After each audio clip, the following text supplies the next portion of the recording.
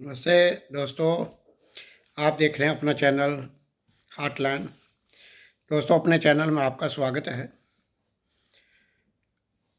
स्वामी रामकृष्ण परमहंस जी का नाम था, ये नाम उनका बाद में पड़ा है। पहले उनका नाम था गदाधर चट्टोपाध्याय जी। स्वामी रामकृष्ण परमहंस जी जब दक्षिणेश्वर आ गए तो अब वहाँ पे उनकी जो लगन थी माँ के चरणों में, तो माँ वो जब भी बुलाते तो माँ आ जाती। माँ दर्शन देने आ जाती और उनके साथ बैठती, उनके सामने बैठी रहती। तो स्वामी रामकृष्ण परमहंस जी माँ से बात करते। दक्षिणेश्वर कलकत्ता की बात कर रहा हूँ। यहाँ पे काली माँ का धाम है, दक्षिणेश्वर नाम से मशहूर है। लोग जाते हैं यहाँ पे दर्शन करने। स्वामी विवेकानंद जी यहीं पे उनको काली माँ के भी दर्शन हुए। एक और वीडियो में हमने इस बारे में चर्चा की भी थी। तो स्वामी रामकृष्ण परमहंस जी वहाँ पे पहुँच जाते। तो एक दिन माँ इनको कहती कि बेटा, मैं तो आ जाती हूँ जब भी तो बुलाता है, पर तुझे अभी गुरु कर लेना चाहिए। तो मैं एक व्यवस्था करूँगी और तेरे पास गुरु को भेजती हूँ। तो एक दिन रात को इनकी कमरे का दरवाज़ा किसी ने खटखटाया। तो ये दरवाज़ा खोलने पहुँचे तो वहाँ पे देखते हैं एक व्यक्ति खड़े हैं। तो इन्होंने पूछा आपका परिचय? तो उन्होंने कहा मेरा नाम तोतापुरी है और मुझे आज्ञा हुई है तुझे अपना चेला बनाने की। तो दोस्तों, इस तरह स्वामी रामकृष्ण परमहंस बोलते हैं कि मुझे तो गुरु नहीं बनाना। वो कहने लगे क्यों? नहीं, क्योंकि मुझे मैं बुलाता हूँ तो माँ आ जाती है, जगजननी माँ आके बैठ जाती है सामने, और जो भी बात करते हैं हम बात करते हैं, घंटों बातें करते रहते हैं। तो मुझे अब गुरु की आवश्यकता ही क्या है? क्योंकि गुरु के लिए, गुरु के बाद गुरु से जो पाना है वो तो ऐसे ही मिल रहा है। माँ तो आ ही रही है, जगजननी माँ तो आ ही रही है, इस जगत की जगजननी, अनेकों अनेकों जगतों की जगजननी बुलाने पे आ जाती हैं। उनसे कितनी देर बातें करता रहता हूँ। तो स्वामी तोतापुरी जी कहते हैं जा माँ से ही पूछ ले फिर। तो वो जाते हैं अंदर तो माँ बैठी है। माँ वहाँ पे साक्षात माँ बैठी हुई हैं। तो वो कहते हैं माँ, कोई व्यक्ति आए हैं स्वामी तोतापुरी जी, और वो कह रहे हैं कि उन्होंने मुझे अपना शिष्य बनाना है, मेरा गुरु बनना है। तो माँ कहती है हाँ, मैंने ही भेजा है, मैंने ही उन्हें प्रेरणा दी है कि वो यहाँ पे आए और तुमको अपना चेला बनाएं, अपना शिष्य बनाएं। तो स्वामी रामकृष्ण जी कहते हैं माँ, तुम आ जाती हो, तुम जगजननी हो, आ जाती हो जब भी बुलाता हूँ तुम आ जाती हो, तुम आ जाती हो साक्षात, और हमारी बातचीत भी होती है। तो मुझे काहे को गुरु बनाना है, काहे को गुरु बनाना है, इस चक्कर में काहे को पढ़ना है? अब सब कुछ ठीक तो चल रहा है, जब भी बुलाता हूँ तुम आ जाती हो। तो माँ कहती है बेटा, आ तो जाती है, आ तो जाती हूँ, पर तेरे मन का जो भेद है वो भेद नहीं मिट पाएगा। तो वह कहता है माँ, कौन सा भेद? इससे बड़ी और क्या उपलब्धि किसी की हो सकती है कि बुलाने पे जगजननी आ जाए? और क्या हो सकता है? तुम हो माँ, मैं हूँ, और किसी चीज़ की आवश्यकता भी नहीं है। तो क्या करना है? तो बेटा, वो माँ कहती है बेटा, तुम्हारे मन में जो ये भेद है कि अभी तू मुझे देख रहा है और ख़ुद को देख रहा है, मुझे तो अपने से भिन्न देख रहा है, और तू अपने आप को एक भिन्न, अपना खुद का बना हुआ है, और मैं एक अलग बनी हूँ। तो तू अब खुद है और तुझे एक दूसरा भी दिख रहा है, मैं दिख रही हूँ, एज ए सेकंड पर्सन दिख रही हूँ, और तू खुद फर्स्ट पर्सन है और मुझे सेकंड पर्सन, मैं और तू अलग अलग दिख रहे हैं। तो ये बेटा मन का भेद है, ये मैं तेरा तोड़ नहीं सकती, इसे केवल गुरु ही तोड़ सकते हैं। गुरु के सिवा ये कोई नहीं तोड़ सकता, और तुम्हारा गुरु निश्चित किया हुआ है, तुमको गुरु की उपलब्धि होनी ही चाहिए। क्योंकि वो जो एकवाद है, या एकत्ववाद है, वो बेटा उसकी प्राप्ति तुझे गुरु ही करवा सकते हैं। नहीं तो जब तक ये द्वैत बना रहेगा, जब तक मैं और तुम बने रहेंगे, तब तक ज्ञान हो नहीं पाएगा और तू कच्चा रह जाएगा। इतना होने के बावजूद भी कि तुम्हारे बुलाने पे मैं आ जाती हूँ, तो भी तू कच्चा रह जाएगा। तो ये मेरी आज्ञा है बेटा, मैं चाहती हूँ, तू मेरा प्रिय है, मैं चाहती हूँ कि तू गुरु कर ले। तो स्वामी रामकृष्ण परमहंस तो जिद करते हैं पहले, पर फिर बाद में मान जाते हैं और बाहर आ जाते हैं। और बाहर जो व्यक्ति खड़े थे वो अभी वहीं पे खड़े थे, और वो बुलाते हैं वहाँ पे, अपना दरवाजे पे आते हैं तो बोलते हैं कि माँ ने आज्ञा दे दी है, माँ कह रही है, तो माँ का ये एक आज्ञा है, तो मैं गुरु आपको अपना गुरु स्वीकार करता हूँ।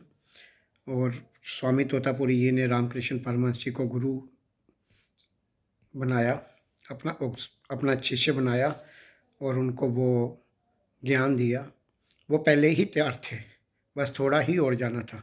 वो जो थोड़ा है वो जाना इतना पॉसिबल नहीं है, क्योंकि वो जो दो दिख रहे हैं ना, मैं और तुम और ये सब, ये दो है। मैं खुद अलग हूँ और ये सारा जो संसार, ये जो भी चीज़ें दिख रही है, तो वो दो के रूप में दिख रही है।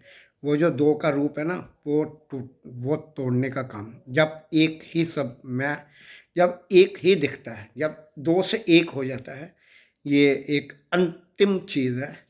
वहाँ पे स्वामी रामकृष्ण परमहंस जी पहुँचे और निर्विकल्प समाधि को प्राप्त हुए, और बहुत ही मतलब उनको रामकृष्ण परमहंस की उपाधि भी मिली। और अंत में वो उनको एक विवेकानंद जैसा शिष्य भी मिला, क्योंकि गुरु मिलना तो आसान है, गुरु तो मिल जाते हैं, क्योंकि गुरु तो बन गया होता है, लेकिन एक शिष्य मिलना इतना आसान नहीं होता है। करोड़ों करोड़ों लोग गुरु के पास आते हैं, पर उनमें से गुरु की दृष्टि जो ढूंढ रही होती है कि एक वो शिष्य मिल जाए जो सही पात्र हो, ताकि जिसमें जब मैं उड़ेलूँ, ज्ञान को उड़ेल दूँ, तो वो पात्र अपने में समा ले, अपने में सब समा ले, वो बारिश अपने में कर अपने ऊपर गिरवा ले।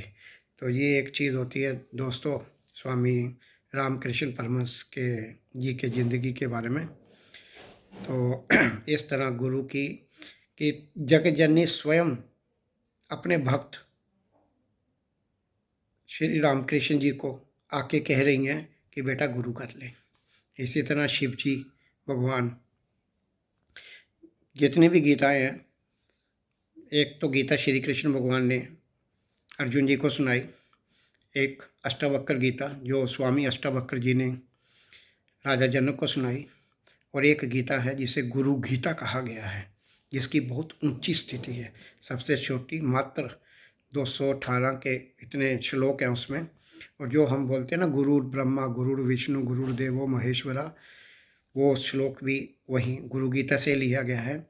तो श्री शिव जी भगवान, महादेव भगवान श्री शिव जी पार्वती माँ अपनी पत्नी को कहते हैं कि तुझे अगर उस ज्ञान की उस सीमा तक पहुँचना है जिसमें वेद, तेरे और मेरे के बीच का वेद खत्म हो जाए, तो तुम्हें गुरु करना होगा।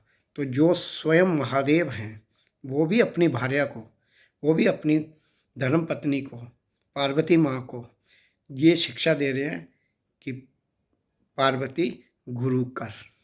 तो इतनी महत्वता है गुरु की, और गुरु की महत्वता बताते हुए उनके और पार्वती माँ के बीच जो संवाद है उसे गुरु गीता के नाम से जाना जाता है। वही 218 श्लोकों का एक ग्रंथ है श्री गुरु गीता। और ये इम्पोर्टेंस है गुरु की कि गुरु बिना वो अंतिम, आप ज्ञान पूरा पढ़ लोगे, सब कुछ कर लोगे, लेकिन वो जो अंतिम है ना, वो जो बूंद सागर की सरफेस से ऊपर ही रह जाएगी, वो उसके अंदर पहुंच नहीं पाएगी, क्योंकि मिलते ही वो सारा जो डिस्टेंस है सागर का, वो without time, without application of time वो बूंद सागर हो जाती है।